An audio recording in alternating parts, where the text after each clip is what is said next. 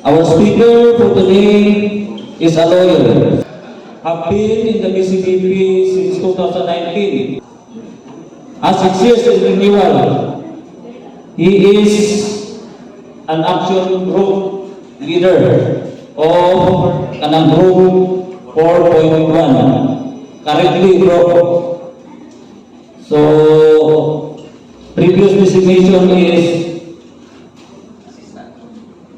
assistant breakfast head. Assistant breakfast head. His wife is Sis Eleanor. They have four children.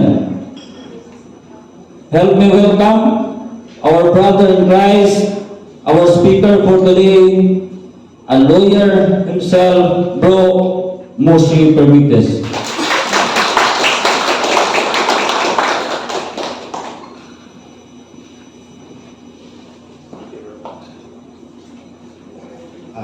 Hello. Nag-apastalan. Actually, sa also department. Lahir about training sa mga pagkada no kay dili mo na istorya. Tayo man na akong galingon. Yapot mo itong 3 hours bro. Nagtahong top. Inay mo bro. Well, anyway, I am again Ramon Moshi Pernitas II. I am married to Eleanor, my beautiful wife over there. Ano ba ito? Basta makatubang dito baka. Ikaw, ano baka? Pending ada katubang. As already you know, I am a lawyer. Ayun diba, sikit ang punta. Present with the branch legal court of MPC Branch 5. I have been with PCBP for 6 years. I am, as already said, action tayo currently the action leader for action AGM 4.1. I'm happy to be with you today. I am going to talk with you, loving God and loving neighbor. But before I will start, kita sa kabot kinsa gato dali kay bukmas sa Ginoo. Please raise your hand. Okay. Oh, anak no, kay kung dili ko lang ko gato naghigugma sa Ginoo kasi lahi na yung pila na. So, let's go to the Bible. Romans 5:8. But God shows His love for us, in that while we were still sinners, Christ died for us. John 3:16. For God so loved the world that He gave His only Son, that whoever believes in Him should not perish, but have eternal life. Psalm 136:26. Give thanks to the God of heaven, for His steadfast love endures forever. Lamentations chapter 3, verses 22 to 23. The steadfast love of the Lord never ceases. His mercies never come to the end. They are new every morning.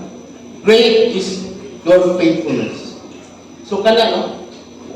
You can see how God loves us. Then, ngano dili man ta ma-fall in love sa Ginoo? How many times have we doubted God? How many times have we sinned the same kind of sins? How many times have we turned over our back on God? Weak humans as we are, we sin and fail over and over in loving God. But He's still there for us, always willing to listen, always with open arms, always with a loving heart. With this kind of love, how can we not fall in love with God? The question now is, how should we love God? In John 14, verse 21, He who has my commandments and keeps them, it is He who loves me. And He who loves me will be loved by my Father, and I will love Him and manifest myself to Him. The 3 highlights of this talk is mainly loving God, loving neighbor, and the practical implication of being a Christian. In the Old Testament, after God freed the Israelites from Egypt, God gave them 10 commandments. The 10 commandments not only guide them on their way of living, but also for their well-being. Under the New Testament, during the life of Jesus Christ on earth, he summarized these commandments simply and in a very pragmatic way, found in Matthew 22, verse 36 40 to 40.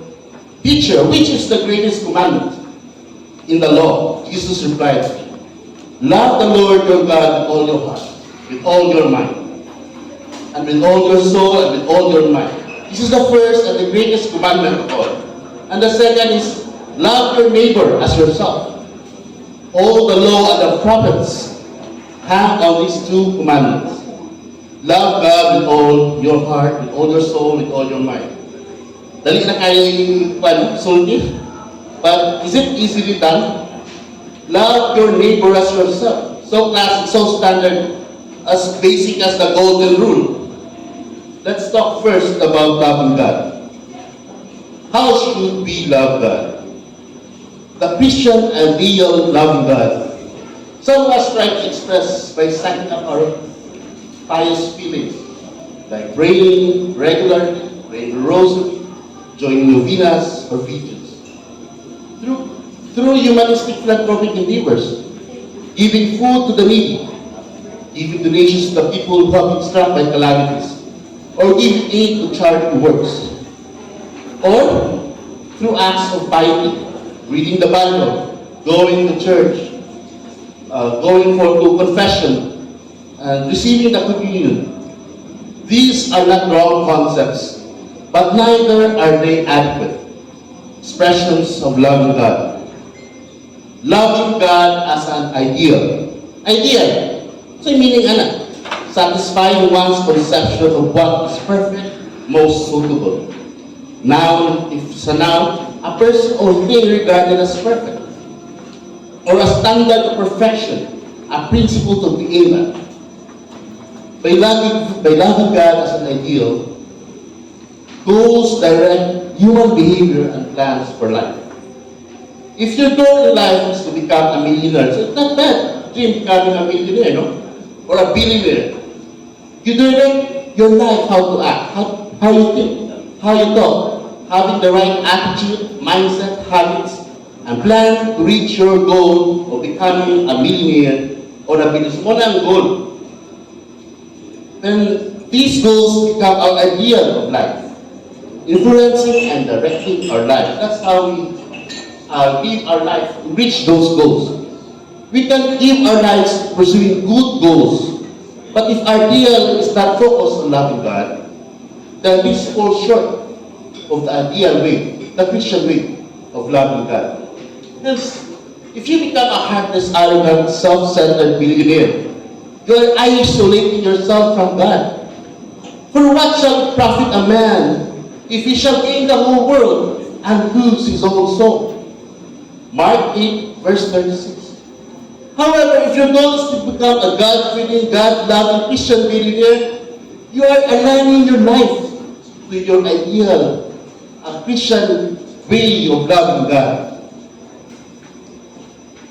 Loving God is our highest priority.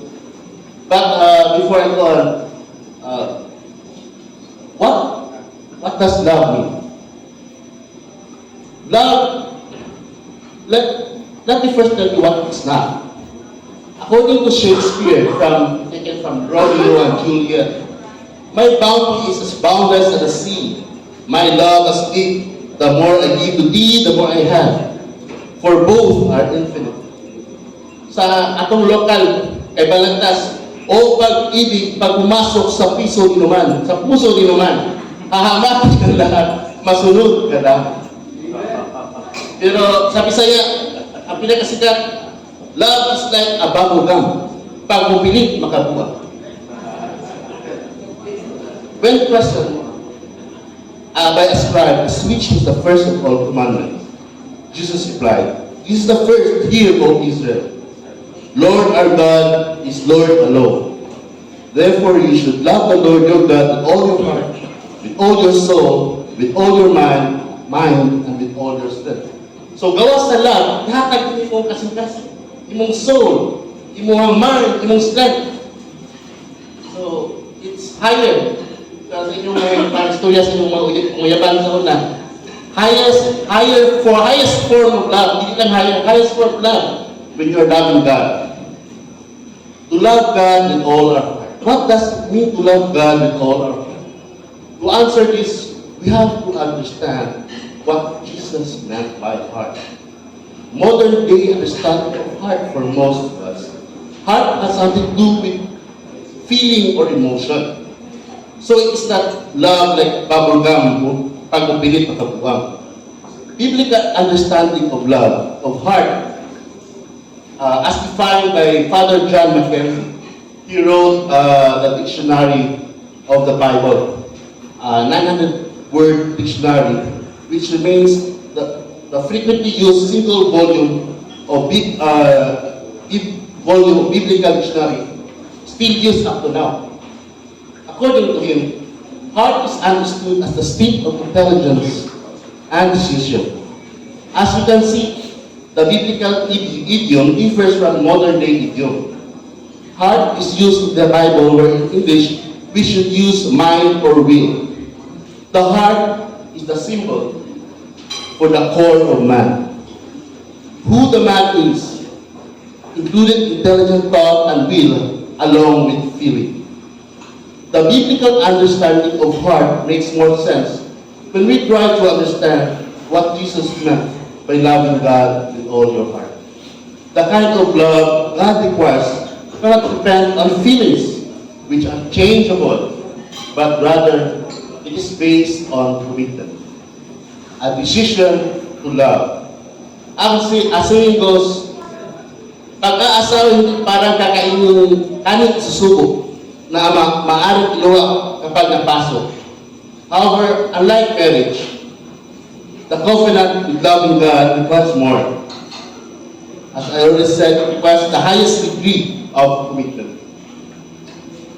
To love God with our heart is to be committed to Him. It is a commitment to seek the Lord first and foremost. It is a decision to put God first, to be loyal to Him, to place His will and interest above our own, no matter what. How do we put the Lord first in our life? This requires the basic decision. To put Him first. Decide to love God above everything you do with your life. Whatever the Lord wants. This requires a decision to obey Him. John 14 verse 15. If you love me, keep my commands. This requires a desire to develop a personal relationship with God. Relationships are dynamic and alive. Loving God is a personal experience arising from our relationship with Him as sons and daughters. Spend regular time with God in heartfelt prayer and reflective scripture reading. To love God with our mind. Love in the gospel denotes committed service. It is something we do rather than we feel. Jesus taught His disciples to wash one another's feet. Since no greater love has He than to lay down His life for His friends. John 15, verse 13. Loving God with our minds means serving God with the use of our mind or simply making available our minds for God's purpose. Using our minds has incredible consequences for society. It can become an instrument of destruction. When Adolf Hitler was imprisoned during the early days of the Nazi movement, he wrote a book, Mein Kampf. It means the struggle. Not everyone then could afford a TV. So ang book, penetrated, this was an instrument to brainwash the German nation, to cause the death of millions of Jews, cause the death of millions of lives through World War II. So that's how evil can do a lot of damage, from evil thought to an evil product. On the other hand, for a godly mind, it can apply to contribute toward progress. I have a great speech by Martin Luther King, an American civil rights activist and Baptist minister, delivered on March on Washington for Jobs and Freedom on August 28, 1963. The speech came to be regarded as one of the finest speeches in the history of American oratory. King's speech helped put civil rights to the top of the agenda of reformers and facilitated passage of Civil Rights Act of 1964. Sa una, na-segregation, hindi pwede mag-ipon ng puti o itom. So after ato, there was reform. Ang mga siya, hindi pwede nailahit sila para sa colored people. Because of that reformation, na nagsugod ang napukaw ang mga tao to reform this unjust na mga balakot. How do we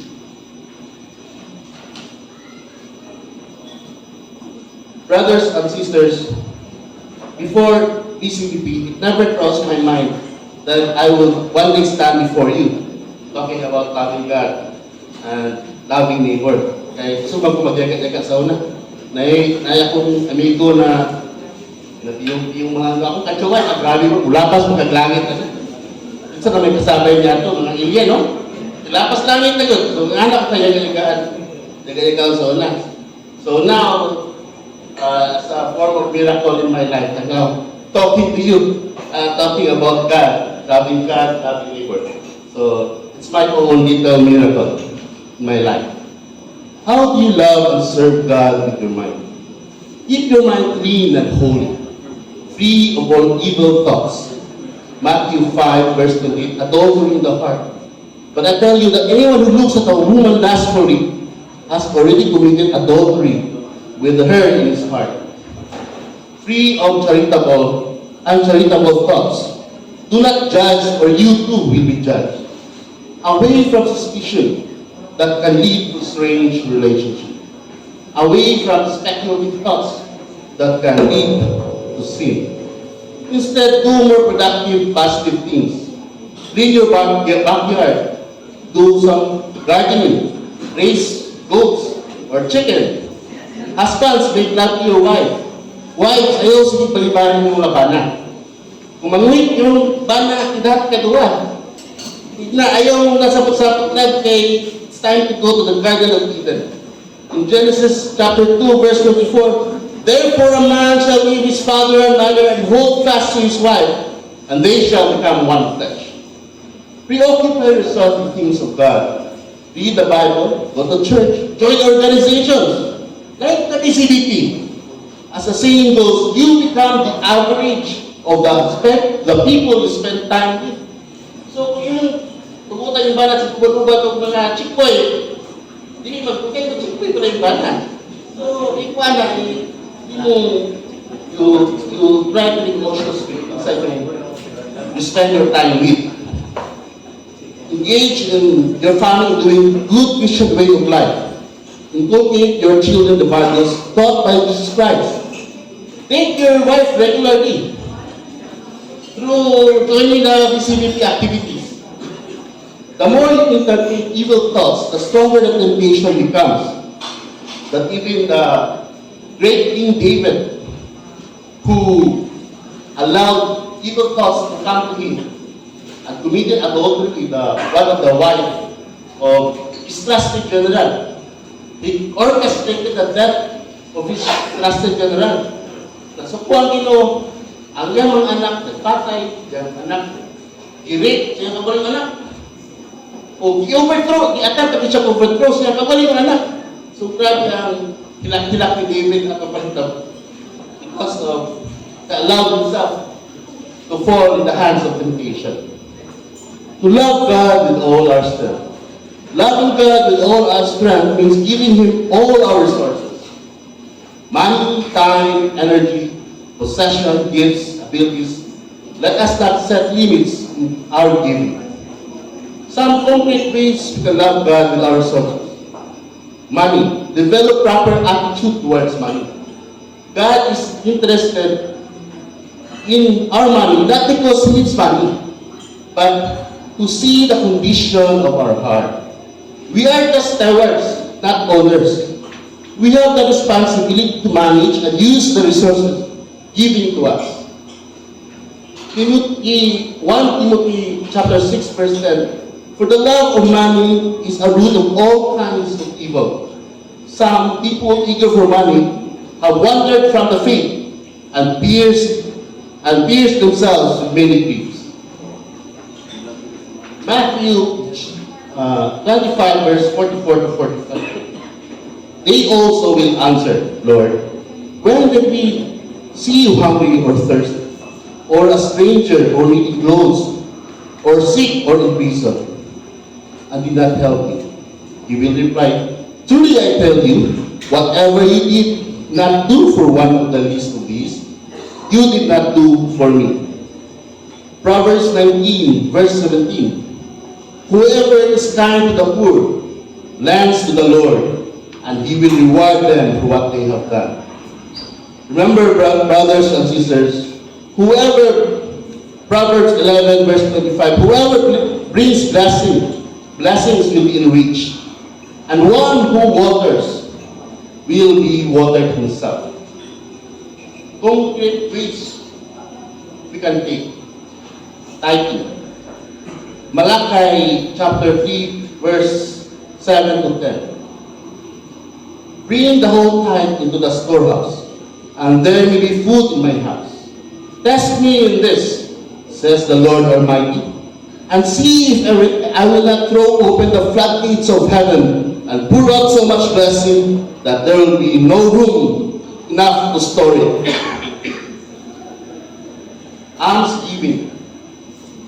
And now, brothers and sisters, refer to 2 Corinthians chapter 8, verse 1 to 4. And now, brothers and sisters, we want you to know about the grace that God has given the Macedonian churches. In the midst of a very severe trial, their overflowing joy and their extreme poverty welled up in rich generosity. Time. Attitude about time. Corinthians chapter 10, verse 31. So whether you eat or drink or whatever you do it to the glory of God. Put God first. In all our busy life today, our kids, in our work, katong wala kayong mga passive income, labi na itong mga new couples, so busy pa yun, paningkamot, kaplastar. So, despite all the things we have to put up, we still have to put God first. Give time to the Lord. We don't own our time, we manage it. The Lord wants us to be generous with our time. Concrete applications. Seek God's direction as to how you are to spend your time. Examine what you do with your free time. Volunteer to do Christian service. That was loving God, my brothers and sisters. Wala naman nalibok.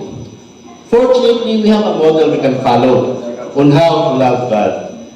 We have Jesus Christ, who during His lifetime in this world, showed to us how we should love the Lord. Jesus is our model in loving God. John 4, verse 34, my food is to do the will of Him who sent me and to accomplish His work. Luke 22, verse 42, Father, if you are willing to remove this cup from me, nevertheless, not my will, but yours to be done. So He was obedient unto His death. Ana ang love na ipakita ni Jesus Christ on how He loved God. Constantly seeking Father's will. And in the morning, a great while before the day, He arose and went out to a lonely place, and there He prayed. Matthew 14, verse 23. After He dismissed the crowds, He went up on the mountain by Himself to pray. So He was constantly seeking the Father's will. Brothers and sisters, please allow me to share my own experience in loving God. The first time I took the bar exam was in 2008. Ang style na ko after sa exam, naihap na ako akong score. After sa last day sa exam, pasar ka. Pagawa sa result, bagsak. In 2017, mga gapon, akong ginaihap yun akong possible score. Kung gawas bagsak, magyapon. Pagka ikatulo, dako-dako na ka. Dako-dako na mong score, dako paspasin. Problema kay paggawas bagsak yapon. Pag 2024, they took the bar, anak ko. Lahatag na lang ko sa imo, Lord. Commit na lang ko sa imo, Lord. Ikaw na yung bahala, Lord. Hindi na ko kumihap. Hindi na kumihap sa Lord. Ikaw na yung bahala, Lord. Basta I did my best and I offered, I committed everything to the Lord. Thankfully, I passed, I was one of the successful bar examinees, the 2024 bar exams. So, ana ang panangilo. You commit everything to the Lord and He will do the rest. Loving our neighbor. The essence of Christianity is union with God, made possible through the death and resurrection of Jesus Christ. What makes one Christian is a loving personal relationship with God. Our whole life becomes an expression of this relationship, to love one another. As you may have observed, brothers and sisters, the 10 commandments have been summarized by Jesus Christ Himself. The first down to the 4th commandment comprises the New Testament commandment is to love God. The 5th down to the 10th is summarized as loving thy neighbor. John 13, verse 34 to 35, a new commandment I give you, that you also love one another. But this all men will know you are my disciples, if you have love for one another. What is Christianity? God's love and ours. It is a love relationship mediated by God. His love consists of this. Not that we have loved God, but He has loved us and has sent His Son as an offering of our sins. We enter into the same relationship Jesus has with His Father. Our identity is changed and we become sons and daughters of God, to deliver from the law those who are subject to it, so that we may receive our status as adopted sons. We share in eternal life with God. This is God's dwelling among men. He shall dwell with them, and shall be His people, and He shall be their God, is always with them. So, by dying on the cross, na-adapt na, we become the children of God. Our neighbors are children of God. They are our brothers and sisters. Let us love one another because love is God. Everyone who loves is begotten of God and has knowledge of God, for God is love. John 4, verse 7. What does God mean by love? Jesus was specific about how we are to love one another. We are not free to change or dilute Jesus' commandment of love. Love one another as I have loved you. Jesus meant self-sacrificial love. John 15, verse 13. Greater love has no one than this, to lay down one's life for one's friends. Dying on the cross was not the only example Jesus gave about loving. He demonstrated Christian love as service love in washing episode. So during the Passover, pakita niya siya mga disciples, galit na bugasan si Peter, naguratan si Peter, ayun Lord, kung di ka kasabot ka ron, pero kasabot ka sa sunod.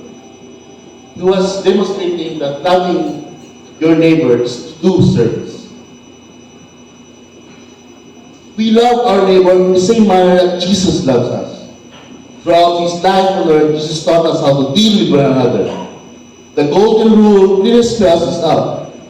Do unto others what you would want them to do unto you. In Paul's letter to the Corinthians, he clearly points out what love of neighbor is all about. Love is patient. Love is kind. It does not envy. It does not boast. It is not proud. It does not dishonor others. It is not self-seeking. is not easily angered, but it keeps no record of wrongs. Love does not like evil, but rejoices with the truth.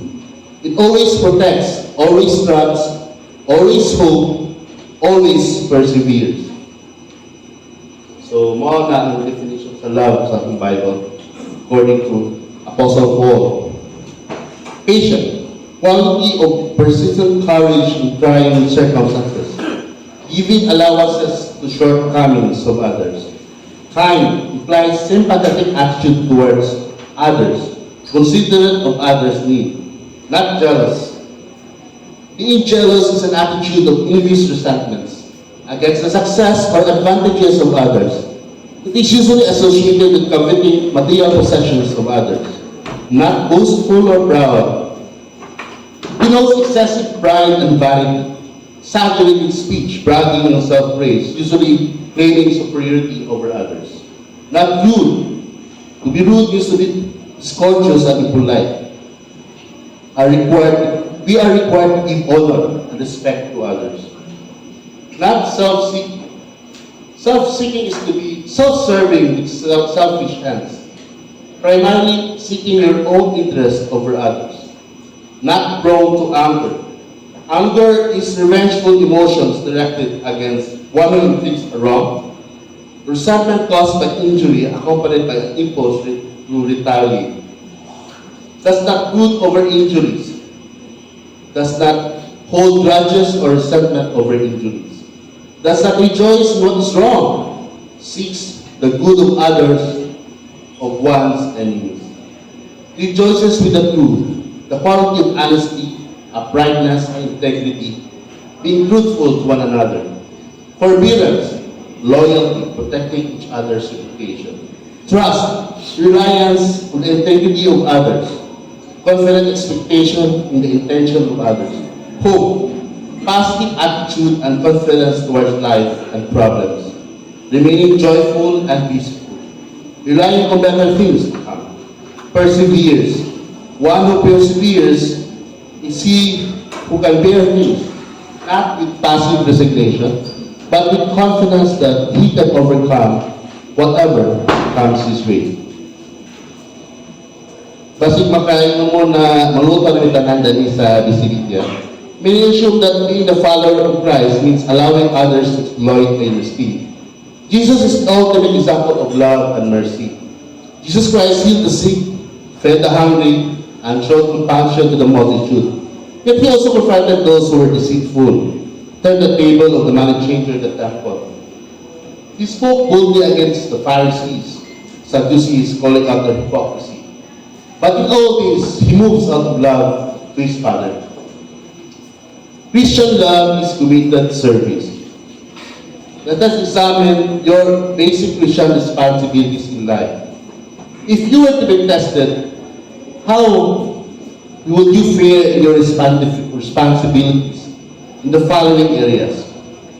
Husband and wife. Kumusta man ang mag-asawa dan? Kumusta ang inyong, how do you treat your wife, or how do you treat your husband? Parent to your children. Do you attend to your duties and responsibilities toward your children and molding them to be good Christians and members of society? To your work, do you talk badly against your office mates? To look good in the eyes of your employers? To your parents' community, do you participate in the activities of your community? Please allow me to share a little on my relationship with my father. On the advice of my late aunt, kita niya na naglain ng sa papa. Tingnan kayo sa hey, papa mo siya. Nag-interview na magtugay yung papa. So, ato ko sa papa, akong istoryahan. Paano ka ba nakasamuha? Kung magulang si kuya, na nasa UK, with his wife na physical therapist. Akong manghod, galing sa UK, na employed sa international organization sa UN, okay naman siya. Ako, ay kabala ka sa buwa kay dagang ako. So, muna din ako nagpasalig sa akong papa. a few weeks then, he passed away. Wala ko ka, paano papa ka ng strong body, musukod yung bitaw, isang atake, ikagin siya mag-ibak, may istorya yung doktor na grabe ni papa, di pagin mo surrender. Anang, ang istorya sa doktor. Utong, wala ko, karoon na ko na ako yung pagkanak, realize na ko na, worried na ako papa sa kuha, sa mua, na di siya ganahan na magsiglaan, dili magkuhan, dili magtuon, silag ka ng TV, magsigilaglaan, karoon natin masabtan na, unsa ang mga worries sa mga ginikanan. Practical implication of being a Christian. Trusting in God's love.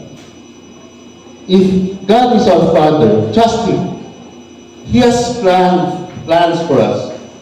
We cannot expect anything better. For I know the plans I have for you, declares the Lord. Plans to prosper you and not to harm you. Plans to give you hope and a future. Jeremiah chapter 29, verse 11. Our Father knows our needs. He will provide for us and expect more where it came from. Luke 12, 22 to 31. Then Jesus said to his disciples, therefore I tell you, do not worry about your life, what you will eat, or about your body, what you will wear. For life is more than food, and the body more than clothes. Consider the ravens, they do not sow or reap. They have no storeroom or barn, yet God feeds them. And how much more valuable you are than birds. Who of you worry can add a single hour to your life? Since you cannot do this very little thing, why do you worry about the rest? We are sons and daughters of God, and brothers and sisters to Jesus Christ. Because you are His sons, God sent the Holy Spirit, the Spirit of His Son, into our hearts. The Spirit who calls out, Abba, Father. So you are no longer a slave, but God's child. And since you are His child, God has made you also an heir. Galatians chapter 4, verse 6 to 7. God did not send His only begotten Son for the Israelites, for the Romans, for the Muslims, or for the Christians. He sent His Son for everyone.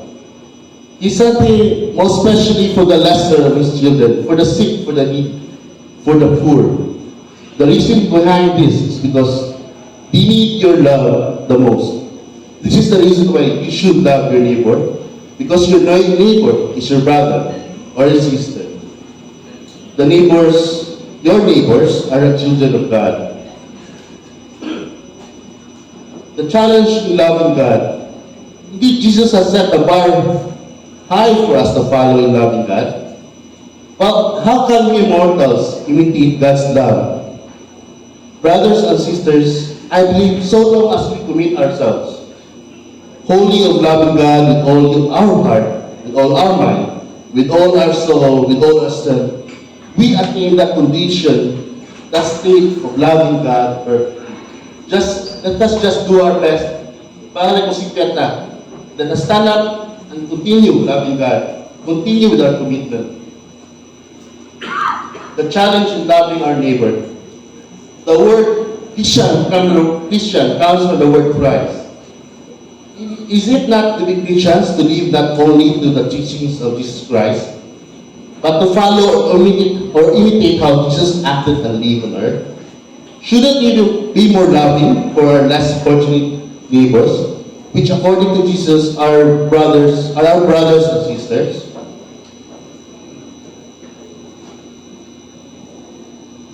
The lesser of our brothers and sisters are our neighbors. Before I conclude my talk, brothers and sisters, please allow me to ask among our participants again, what do you think is more preferred? Is it loving God or loving the neighbor? Can we choose or can we make preference in among the two?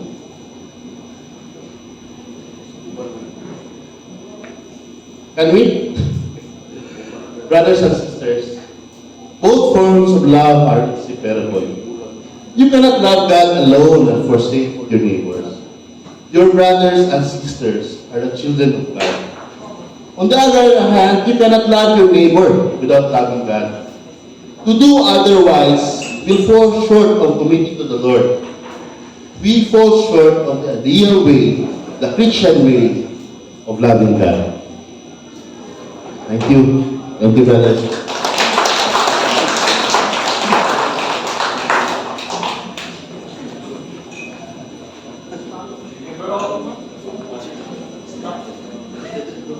Thank you, bro. Musi. The next is distribution and sharing. So, may I ask the discussion group leaders to refer and lead the discussion starters in the handouts. So, once again, begin and end with a prayer.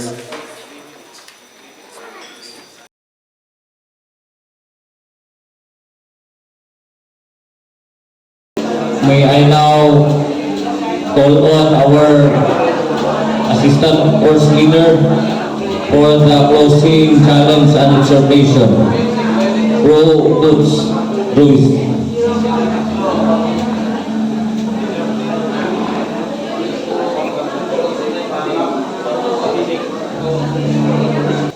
Exhortation and the challenge in loving God.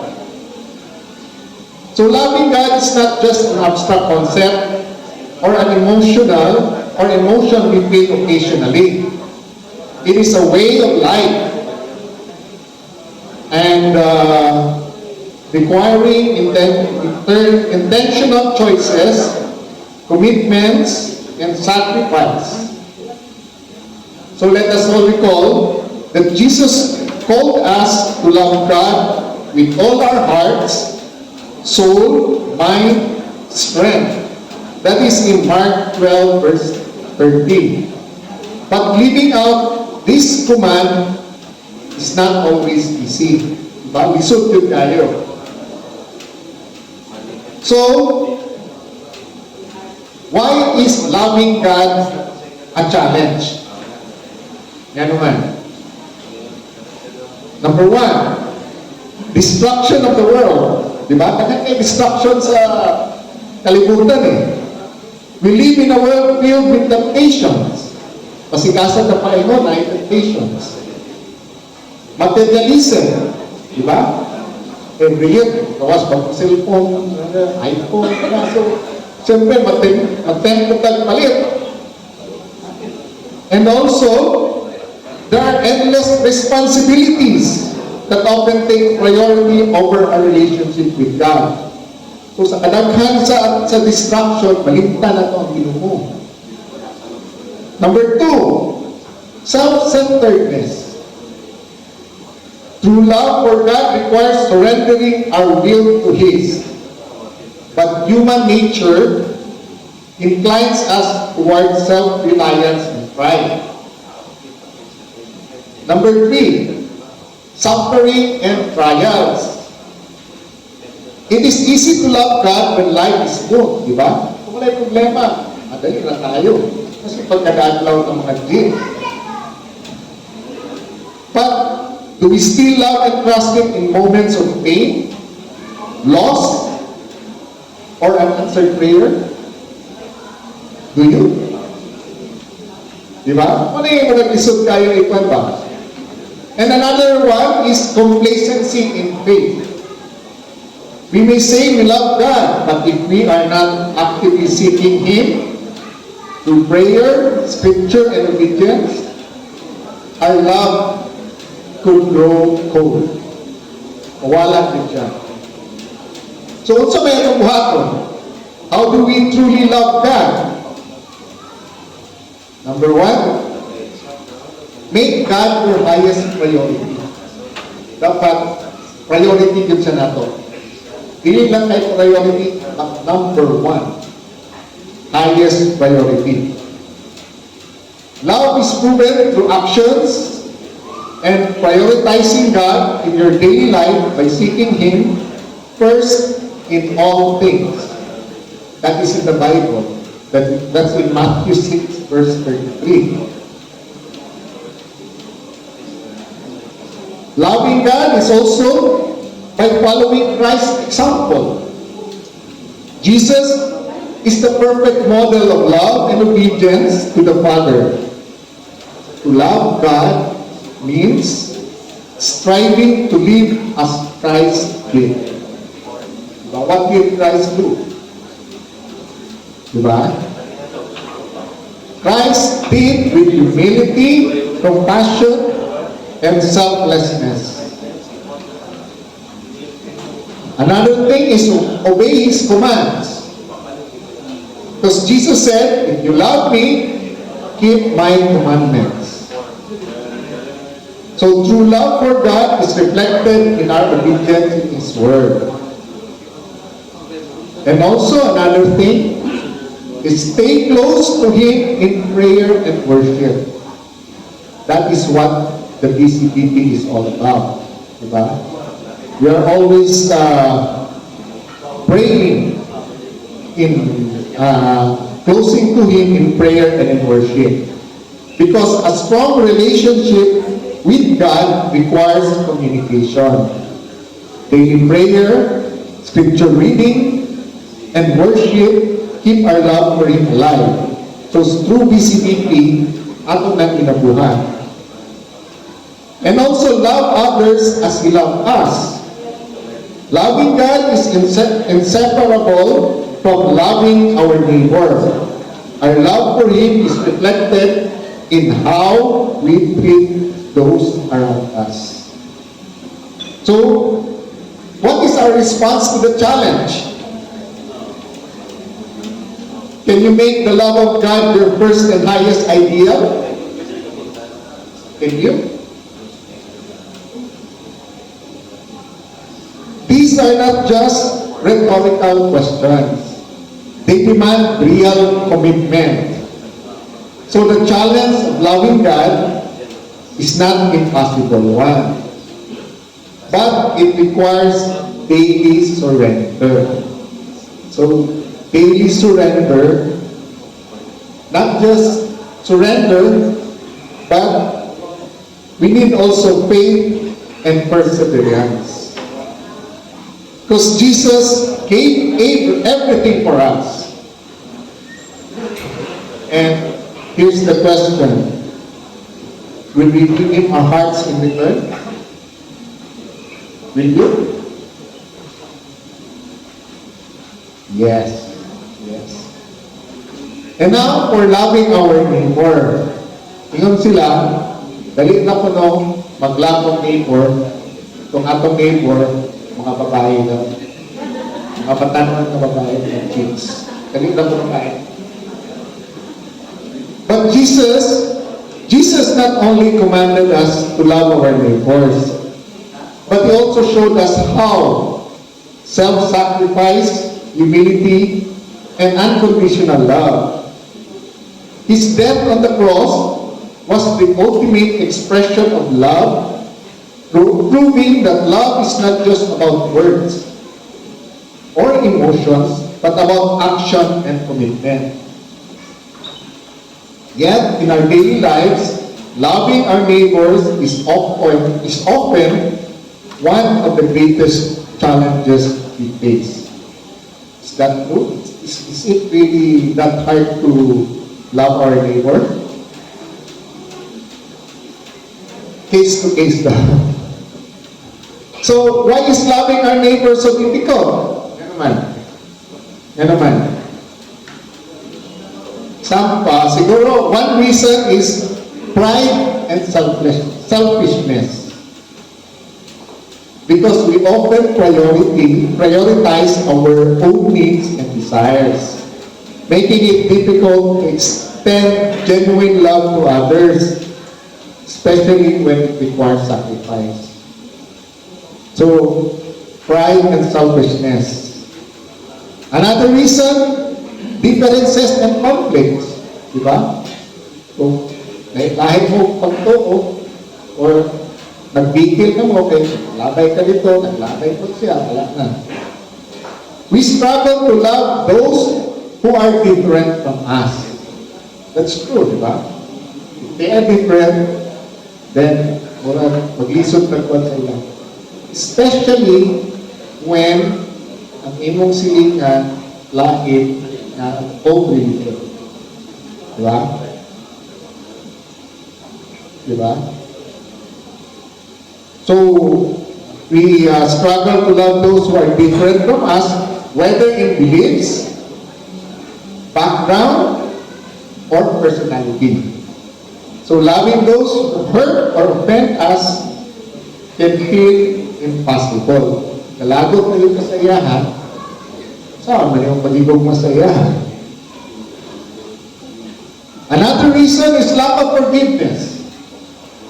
Holding onto grudges creates barriers to love. Yet, Jesus calls us to forgive, just as He has forgiven us. Another reason also is fear and insecurity. Loving others makes us vulnerable. Diba? If we really love someone, it would make us vulnerable. But we may fear rejection, misunderstanding, or being taken advantage of. So those are the reasons nga nung it's very difficult to love our neighbor. So how do we overcome it? How do we overcome this challenge? So number one, look to Jesus as our model. Jesus loved without limits. He forgave, healed, and served even those who rejected Him. His love was not based on worthiness, but on grace. Another thing, how do we overcome this challenge? Is pray for a loving heart. So you ask God to fill your heart with His love, so you can see others as He sees them. Love is a fruit of the Spirit. That's in Galatians 5 verse 22. Another is practice small acts of love. Unsa man ang small acts of love? Loving our neighbor is not just about big sacrifices, but daily acts of kindness, patience, and service. Di ba? Kung nasa may kinanglan, Oslo. Kung wala sila yung sudat, hatagan. So, di ba? That's one example of kindness. And also, forgive and let go. True love requires forgiveness. Lalo na kung nakasalak sa imuha, ang imong silingan. Diba? Forgive and let go. Holding on to bitterness keeps us from truly loving others. So kung natin tayo kalagot, paglisod na kita gugma sa ilahan. Another reason is see Christ in others. So what did Jesus say? Whatever you did for one of the least of these brothers and sisters of mine, you did for me. That's in Matthew 25 verse 14. Loving our neighbor is not an act of love toward. Loving our neighbor is an act of love toward God Himself. Our response to Christ's challenge. So what are our response? Did Jesus die in vain? Diba? He did. The answer depends on how we live. If we ignore His command to love, then we deny the very essence of our faith. But if we accept His challenge, choosing to love even when it's hard, we bear witness to the power of the cross. So So, ladies and gentlemen, what is your response? Will you take up the challenge to love your neighbor as Christ loved you? So thank you very much and good afternoon.